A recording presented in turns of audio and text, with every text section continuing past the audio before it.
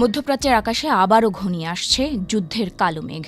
ইতিহাস যেন নতুন করে একই মোড় নিতে চলেছে, যেখানে কূটনীতি চাপা পড়ে যাচ্ছে সামরিক শক্তির গর্জনে, আর আন্তর্জাতিক রাজনীতির কেন্দ্রবিন্দুতে উঠে আসছে ইরান। বিশ্ব রাজনীতির দাবার বোর্ডে ইরান বরাবরই এক স্পর্শকাতর ঘুঁটি। সাম্প্রতিক সময়ে সেই ঘুঁটিকে ঘিরেই তীব্র হচ্ছে উত্তেজনা। একদিকে দেশটির ভেতরে সরকার বিরোধী রক্তাক্ত বিক্ষোভ, অন্যদিকে ইসরায়েলের সরাসরি হুঁশিয়ারি, সঙ্গে আছে যুক্তরাষ্ট্রের নজিরবিহীন সামরিক তৎপরতা। সব মিলিয়ে পরিস্থিতি ক্রমেই বিপজ্জনক দিকে এগোচ্ছে। এই উত্তেজনার আগুনে নতুন করে ঘি ঢেলেছেন ইসরায়েলের প্রধানমন্ত্রী বেনিয়ামিন নেতানিয়াহু। দেশটির সংসদ নেসেটে দেয়া এক ভাষণে তিনি স্পষ্ট ভাষায় জানিয়েছেন, ইরান যদি ইসরায়েলের আঘাত হানার সাহস দেখায়, তবে তার জবাব হবে এমন শক্তিশালী যা তেহরান আগে কখনো প্রত্যক্ষ করেনি। নেতানিয়াহুর বক্তব্যে শুধু সামরিক হুমকিই নয়, ছিল রাজনৈতিক ইঙ্গিতও। তার মতে ইরান এখন এমন এক সংকটের মধ্য দিয়ে যাচ্ছে, যেখান থেকে আর আগের অবস্থায় ফেরা সম্ভব নয়। বিশ্লেষকদের ধারণা, এই মন্তব্যের মাধ্যমে ইরানের অভ্যন্তরীণ দুর্বলতা ও রাজনৈতিক অস্থিরতাকে সামনে এনে আন্তর্জাতিক চাপ আরও বাড়াতে চাইছে তেল আবিব। কারণ বাস্তবতা হলো, ইরান জুড়ে চলা সরকার বিরোধী বিক্ষোভ ভয়াবহ দমনপীড়নের পর কিছুটা স্তিমিত হলেও ক্ষত এখনও তাজা। মানবাধিকার সংগঠনগুলোর তথ্য অনুযায়ী এই দমন অভিযানে এখন পর্যন্ত অন্তত 4,000-এর বেশি মানুষের মৃত্যু হয়েছে। নিহতদের বড় অংশই বিক্ষোভকারী, যাদের সঙ্গে রয়েছে শিশু এবং সাধারণ নাগরিক।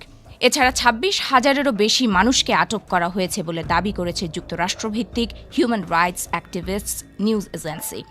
সংস্থাটি আরও আশঙ্কা প্রকাশ করেছে, কড়া ইন্টারনেট নিয়ন্ত্রণের কারণে প্রকৃত মৃত্যুর সংখ্যা এর চেয়েও বেশি হতে পারে। এই অভ্যন্তরীণ অস্থিরতার মধ্যেই ইরানকে ঘিরে কৌশলগতভাবে সক্রিয় হয়ে উঠেছে যুক্তরাষ্ট্র। আন্তর্জাতিক সংবাদ মাধ্যম ও জাহাজ ট্র্যাকিং সূত্রে জানা যাচ্ছে, মার্কিন নৌবাহিনীর অত্যাধুনিক পারমাণবিক শক্তিচালিত বিমানবাহী রণতরী ইউএসএস আব্রাহাম লিঙ্কন বর্তমানে মধ্যপ্রাচ্যের পথে এগোচ্ছে। মাত্র কয়েকদিন আগেও এই রণতরী দক্ষিণ চীন সাগরে মোতায়েন ছিল, যেখানে তাইওয়ান ইস্যুতে চীনের ওপর চাপ সৃষ্টি করাই ছিল মূল লক্ষ্য। কিন্তু পরিস্থিতির দ্রুত পরিবর্তনে সেই রণতরী এখন সিঙ্গাপুর অতিক্রম করে মালাক্কা প্রণালীতে প্রবেশ করেছে, যা মধ্যপ্রাচ্যে পৌঁছানোর অন্যতম গুরুত্বপূর্ণ সামুদ্রিক রুট। এই স্ট্রাইক গ্রুপের সঙ্গে রয়েছে 3টি শক্তিশালী আর্লেবার্গ শ্রেণীর guided missile destroyer, USS Frank E Petersen junior, USS Michael Murphy এবং ইউএসএস স্প্রুয়ান্স।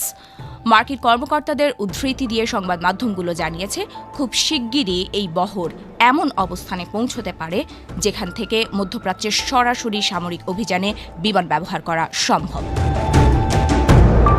ওয়াশিংটন ও তেহরানের সম্পর্ক ইতোমধ্যেই তলানিতে। মার্কিন প্রেসিডেন্ট ডোনাল্ড ট্রাম্প ইরানের জন্য স্পষ্ট রেড লাইন টেনে দিয়েছেন, শান্তিপূর্ণ বিক্ষোভকারীদের হত্যা এবং গণফাঁসি।